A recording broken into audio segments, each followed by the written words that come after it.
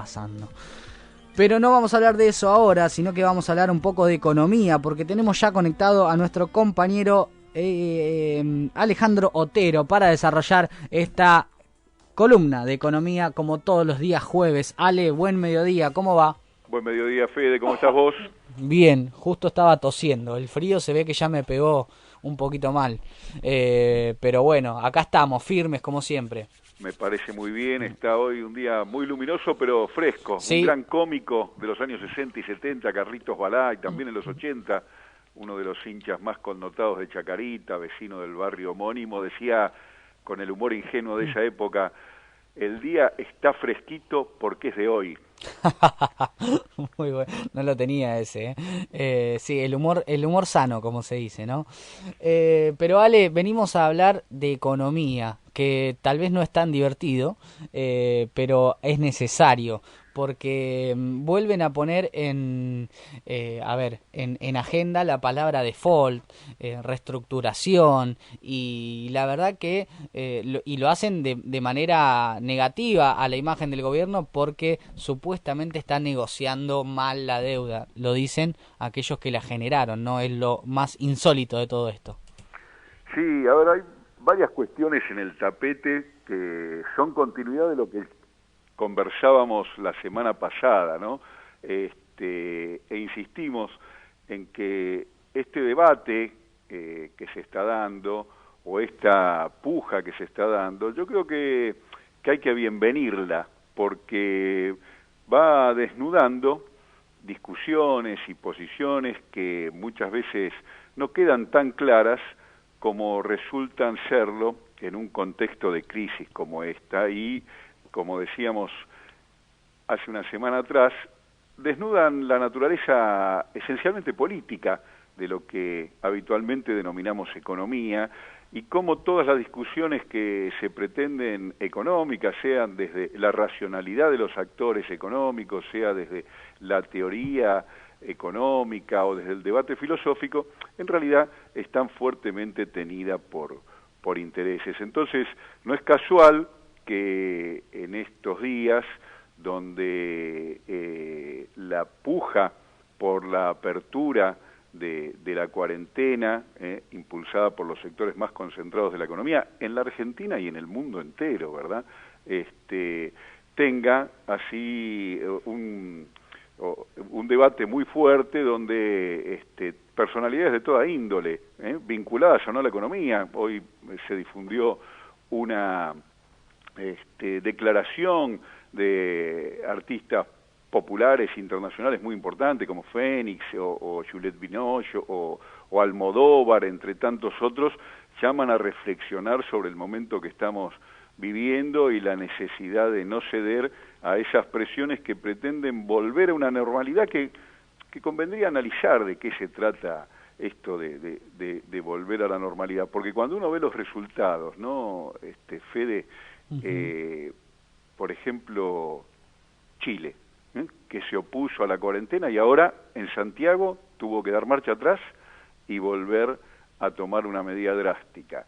Nuestro propio ministro Ginés advierte que si los resultados se agravan o se complican, va a haber que dar marcha atrás y establecer medidas más duras. Y como vos decías, en la ciudad de Buenos Aires, el gobierno, el jefe de gobierno, Larreta, hace caso omiso de las advertencias que se le vienen haciendo desde hace mucho tiempo respecto a los cuidados especiales que hay que tomar en los barrios populares, las comúnmente llamadas villas de la ciudad de Buenos Aires, que son muy importantes y numerosas, y sin embargo él viene haciendo caso omiso, y es ahí donde tenemos los resultados más impactantes, más dramáticos, ¿no? Entonces, este debate, falso debate entre si la economía o la salud, desnuda en realidad otras discusiones que yo creo que son muy necesarias, sobre todo para transitar el presente, pero también para poder ir prefigurando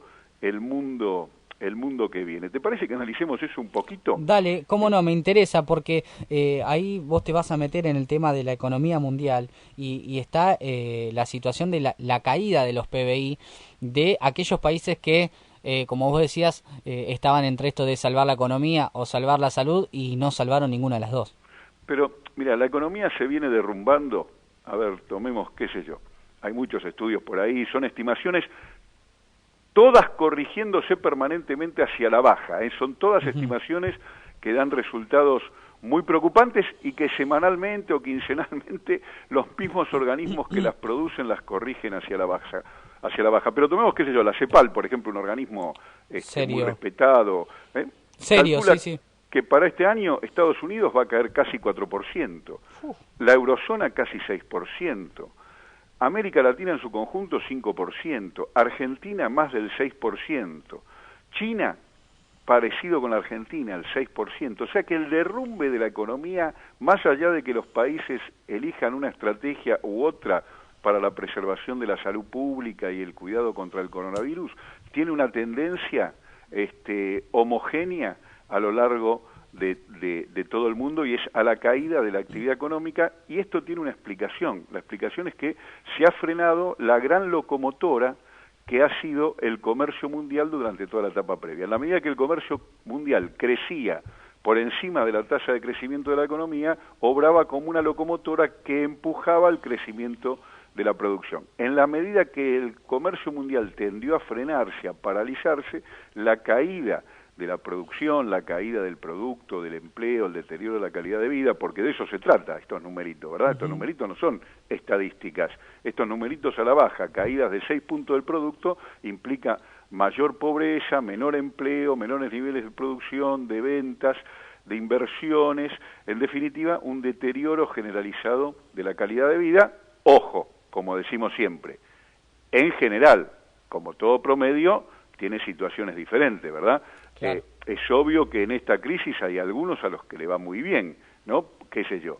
Los Google, por ejemplo, los Amazon, los Netflix, lo que se llama las empresas de la economía digital, han multiplicado de manera sideral sus ingresos y sus utilidades. Pero bueno, son esos sectores. Algo parecido puede pasar con los bancos, algo parecido sucede con los que fabrican medicamentos o elementos que hacen al cuidado en esta situación, o los alimentos y bebidas. En fin, hay algunos a los que les va incluso mejor que antes, pero en términos generales los resultados que tenemos y los que importan desde un punto de vista de la perspectiva popular son estos resultados dramáticos y preocupantes que tenemos, insisto, en todo el mundo, con independencia de cuáles sean las estrategias para enfrentar el coronavirus. Y ahí aparece una cuestión que es como contradictoria a nivel mundial en la economía, porque mientras por un lado los esfuerzos por la cooperación avanzan, siguiendo la inercia de la etapa previa, por otro lado aparecen las tendencias al aislamiento, y todo el tiempo esta contradicción se da a nivel mundial.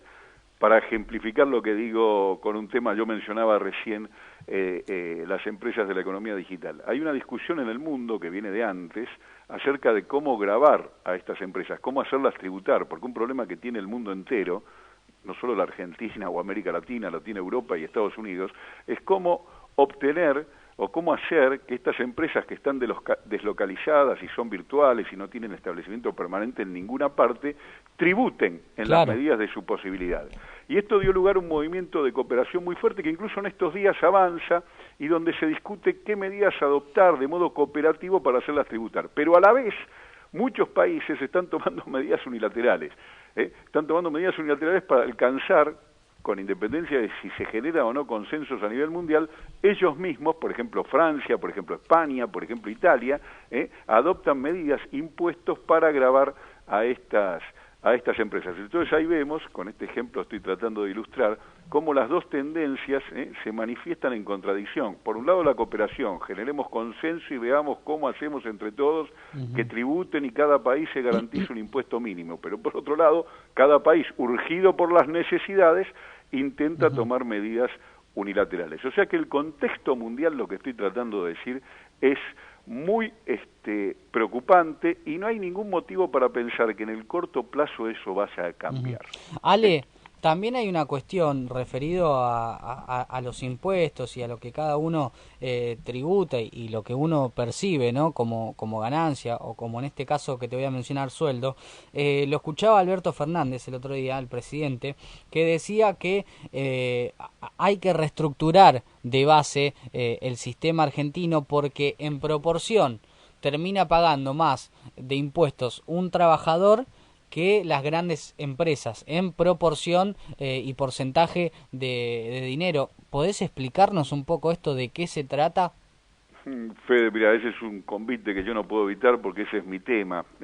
Podría hablar 2 días enteros sobre eso sin agotarme porque para mí es un amor que no me deja de muchos años. Entonces, Bien la pero tecla, sencillamente para que la gente la entienda, los sistemas tributarios en el mundo como tendencia durante la era neoliberal, entendiendo por la era neoliberal aquella que empieza en la segunda mitad de los 70 del siglo pasado con el advenimiento al poder de Reagan y Thatcher y se prolonga hasta nuestros días, ese capitalismo neoliberal, ese capitalismo financiero, llámenlo como quieran, pero que es muy distinta o muy distinto de versiones previas del capitalismo, uno de sus rasgos distintivos lo constituye la regresión de los sistemas tributarios. ¿Esto qué quiere decir? Que los sistemas tributarios en el mundo, insisto, en un movimiento que no ha sido lineal ni inequívoco, sino que ha tenido idas y vueltas, pero como tendencia general, los sistemas tributarios perdieron la capacidad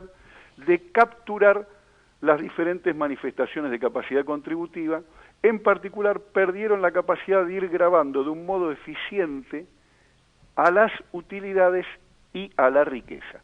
Esto es un fenómeno mundial. En la Argentina este fenómeno se dio de manera más agravada que en ninguna parte del mundo. A lo largo de estos años de la dictadura militar hasta el presente, el sistema tributario ha perdido de manera significativa la capacidad que tenía de hacer tributar a las manifestaciones significativas de capacidad contributiva, en particular las utilidades, los altos ingresos y las riquezas, sea el patrimonio o los grandes activos. La contribución que tienen hoy los impuestos que gravan esas manifestaciones, como por ejemplo bienes personales, como por ejemplo el impuesto inmobiliario, en la Argentina son absolutamente decepcionantes. Están por debajo de los promedios de América Latina y muy lejos de los países desarrollados que también perdieron capacidad de gravar este tipo de manifestaciones. Puede haber situaciones hasta engañosas. Por ejemplo, el impuesto a las ganancias en la Argentina tiene un título que para el lego, para el que desconoce, le podría indicar que el impuesto a las ganancias grava las ganancias. Bueno, sí, desde el punto de vista teórico sí. Desde el punto de vista de las finanzas, cuando uno analiza los números, quienes en mayor medida contribuyen al impuesto a las ganancias, que es el segundo de los impuestos internos del país en términos de recaudación, son los trabajadores, con el impuesto sobre los salarios. Los que reciben grandes utilidades, empresas o personas físicas, contribuyen muy poco, en realidad, al sostenimiento, porque existen resquicios legales y de hecho que hacen que estos no tributen. Y esta es una situación grave, que hay que revertir más temprano que tarde, porque como está probado en el mundo, el trabajo de Piketty, por ejemplo, es uno de los más conocidos últimamente, pero hay muchísima evidencia empírica, esta debilidad de los sistemas tributarios de poder gravar de un modo eficiente las manifestaciones significativas de riqueza, perder esa capacidad, favorece la concentración económica y la desigualdad. Este ha sido el resultado concreto. El resultado concreto de este deterioro de los sistemas tributarios es mayor concentración y mayor desigualdad. Es la sociedad que vivimos hoy. Y a lo largo de estos años se han instalado algunas pseudoverdades que constituyen parte del sentido común y que hacen que, por ejemplo, hoy cuando se discute un impuesto a la riqueza que afecta una porción mínima de la sociedad, de las personas humanas que forman parte de los 44 millones de argentinos, para que contribuyan de manera solidaria a sostener al menos una parte de los costos que implica la pandemia, se genera una alarma generalizada, como si el Estado se convirtiera en un expropiador, en un avasallador de derechos inalterables de la persona, cuando este tipo de medidas se han tomado a lo largo de la historia muchísimas veces y a nadie le resultaba la menor de las paspaduras. Claro.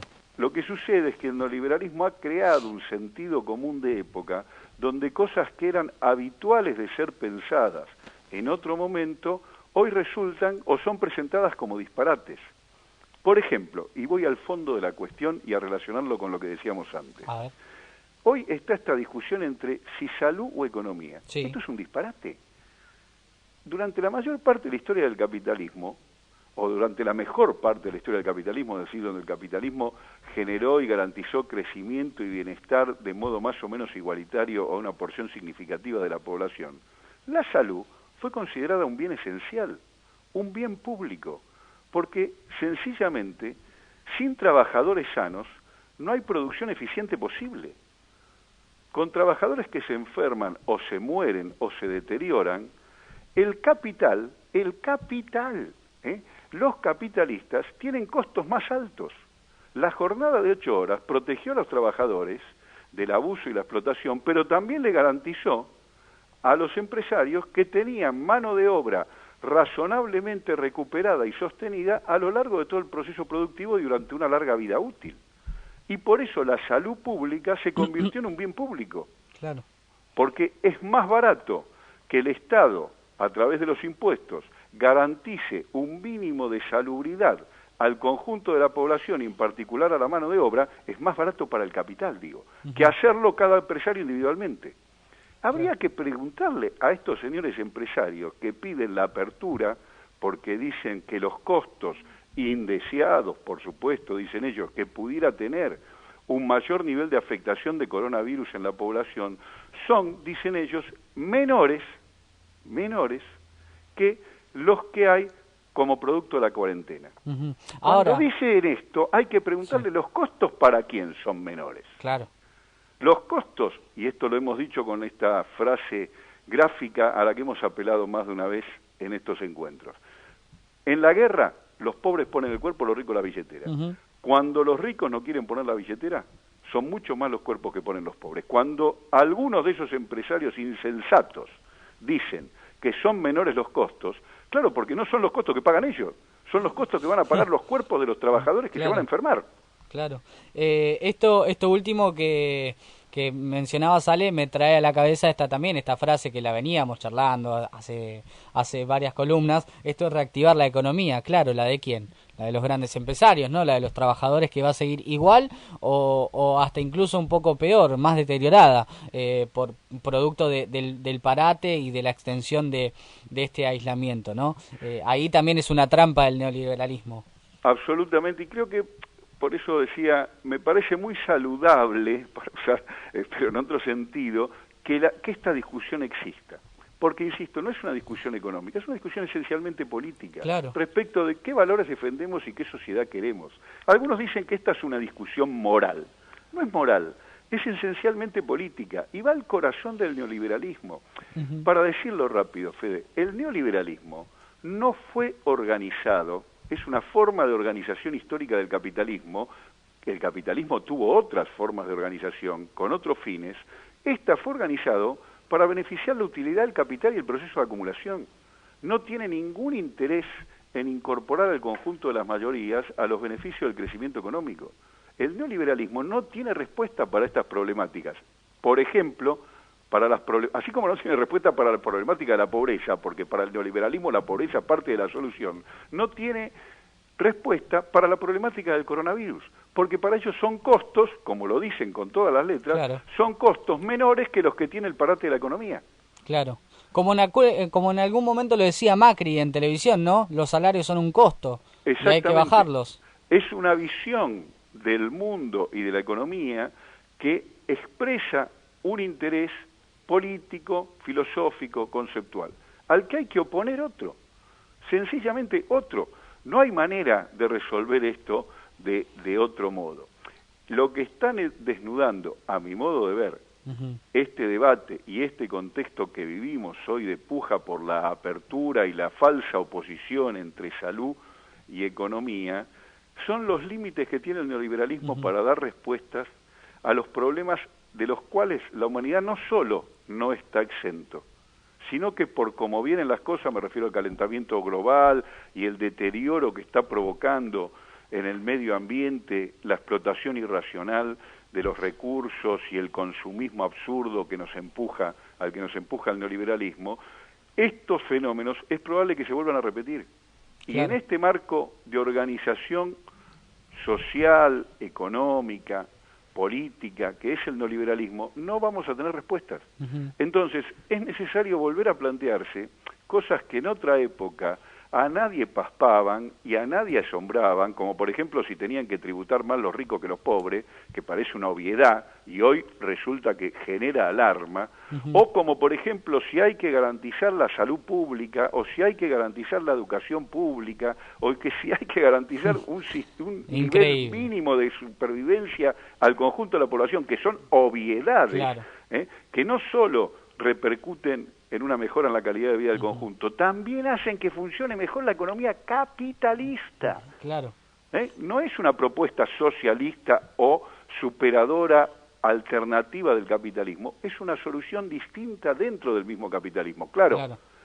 A los que defienden la tasa de utilidad a rajatabla y a como dé lugar, estas ideas le parecen disparatadas, anacrónicas, chavistas, comunistas, tal cual, disparatadas, pero la verdad habría que recordarles, miren señores, durante muchos años el capitalismo tomó esto como natural, solo que en algún momento, a mediados de los 70, se le ocurrió a alguien decir que ese sistema que garantizaba salud pública, pleno empleo, educación, que nosotros vivimos en la Argentina, y por ahí lo conecto con el chiste de Balá, cuando Balá era un cómico popular, la Argentina no tenía desempleo.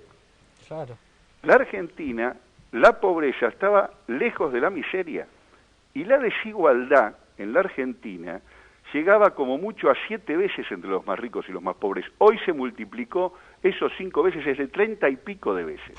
Y todos sabemos los niveles de marginación que tenemos. En esa Argentina, que garantizaba eso, a alguien se le ocurrió, y en el mundo también, decir, bueno, pero ese sistema que garantiza salud, educación, movilidad social ascendente, pleno empleo, alguien dijo, es muy caro. Es muy caro y es ineficiente y es corrupto. Y es muy caro. ¿Quién fue el que dijo es muy caro? ¿No? Bueno. Ale, yo me fui haciendo un cuadrito con todo lo que fuiste explicando, porque la verdad, hasta siento que entiendo de economía. Mirá lo que lograste, pero la verdad que me fui haciendo un cuadrito con algunas cosas interesantes y me parece que de todo lo que dijiste, como un resumen, me parece que lo que no hay que perder nunca de foco, que siempre los que generan el capital son los trabajadores. Hasta ahora, y en eso se basa el capitalismo, la generación de riqueza la hace el trabajo. Podrán discutir después los capitalistas si lo hace solo el trabajo o si el capital también aporta. Ahora, no se conoce el sistema de producción donde se pueda generar riqueza sin trabajadores.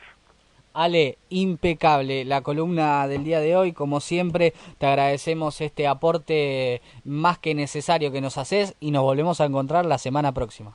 Un abrazo, Fede, hasta la semana que viene. Abrazo enorme.